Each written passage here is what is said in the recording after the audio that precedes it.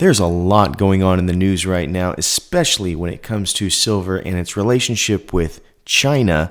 As you probably already know, China has enacted a policy happening on January 1st where basically it becomes very, very difficult to take silver out of the country. And from my understanding, China is around 70% of the global, consumer of silver. And so that is something that kind of stuck out in my mind when I heard, and it goes back to a relationship that we actually had in the 1930s with silver that devastated their economy. And I'm not a channel that's about fear or anything like that, but I do think that the best inputs that we have with information lead to the best outcomes, because you can only make good decisions if you're informed. So I'm going to go over what was called the Silver Purchase Act of 1934 and how it basically broke China's economy, to see if there's parallels to our economy today with what China is doing. Because as you know, very likely, China is buying silver at a much higher rate than America is. So 1 ounce, such as this right here, currently, as of this morning, let me check to make sure. This ounce is trading at $76 right now on American soil, and it's selling for well over $80 in China right now. And that disparity is doing something that we saw in America years and years ago. So when China's paying substantially higher per ounce, let's say I'm in London and I want to make a quick buck, I can take a bunch of ounces, let's say, 100,000 ounces, and move it all the way to China and then make my $10 to $15 per ounce. And I've just made a killing, folks. So China is taking in a ton of silver that we know is used for all kinds of things in today's economy, which is one of the things that makes it different from the 1970 to 80 spike that we saw with the Hunt brothers. Everything these days is used with a little bit of silver. Potato chips aren't, but basically anything with a computer chip in it. So that being said, we're in a different world, and it does mean that likely this right here, this silver that we know so well and love, needs to be thought of differently when it comes to the way that this particular run is going out. So in 1934, we're going to talk about the relationship between U.S. and China regarding silver. When silver wasn't just a commodity with China, it was the literal backbone of their nation's currency. So during the Great Depression, if you don't know what the Great Depression was, basically America was on edge. We were out of money. It was a very, very bad time. There was farming issues. There was issues just everywhere.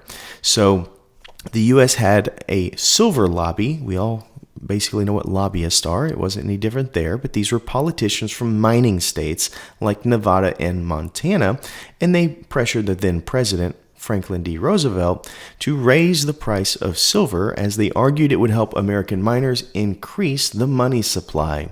So then we had the Purchase Act of 1934 that mandated the U.S. Treasury buy this silver until its price reached $1.29 per ounce, or until silver made up 1/4 of the value of the U.S. monetary fleet. So it was a ratio. So how did that destroy China? While the U.S. meant to help its own miners, it accidentally sabotaged China, because at the time China was the only major country still on what they call a silver standard, meaning that their paper money was directly backed and exchangeable for silver. This caused a price spike. When the U.S. started buying massive amounts of silver, the global price skyrocketed. And then we had a deflationary spiral. Because China's money was silver, the rising price of silver made Chinese currency too valuable. This made Chinese goods too expensive for other countries to buy, causing their exports to collapse. And then we had what we call the Great Drain. Silver began flowing out of China and into the U.S. vaults because the American government was paying a premium for it. China's lifeline was silver, and it was literally being sucked out of the country, which led to a collapse. This led to massive unemployment and bank failures. In 1935, China was forced to abandon the silver standard and move to fiat paper, which eventually led to hyperinflation and contributed to political instability of that era. So are we seeing that in kind of reverse today? So instead of silver flowing out of China to America, now we have it inversed. Our silver and world silver is moving towards China. China's not letting it out of the country. And we know there's been 4 years of deficits when it comes to mining silver. So is it really a reverse? Or is it a clear strategic pattern? In 1934, as noted, China lost its silver to the U.S. Treasury, and today, with China and its central banks being one of the most aggressive buyers of gold and silver in the world, it seems that they're intentionally moving away from paper assets like U.S. Treasury bonds and going back into hard assets. So here's some reverse factors. De-dollarization. In 1934, the U.S. used its buying power to pull silver in. Today, many analysts argue that China is trying to reduce its dependence on the U.S. dollar by building a massive war chest of physical metals. Unlike 1934, silver is now an essential industrial metal in solar panels, EVs, and electronics. And by securing silver today, China isn't just backing its currency, it's securing in many forms the fuel of a modern green economy. And because China is such a massive buyer, they now have significant influence over the global price of silver, which I believe is now called the Shanghai Premium. So in 1934, U.S. bought silver and prices rose, and results for China was an economic collapse and silver drain out of China. Here's today. China buys gold and silver, prices rise, economic protection and wealth drains into China. So to wrap all of this up, folks, in 1934, the Silver Purchase Act is a cautionary tale of how one country's domestic policy can be another's financial nuclear bomb. While we aren't seeing an exact mirror image today, since no country is officially on a silver standard, China's aggressive accumulation of metals shows that they haven't forgotten this lesson.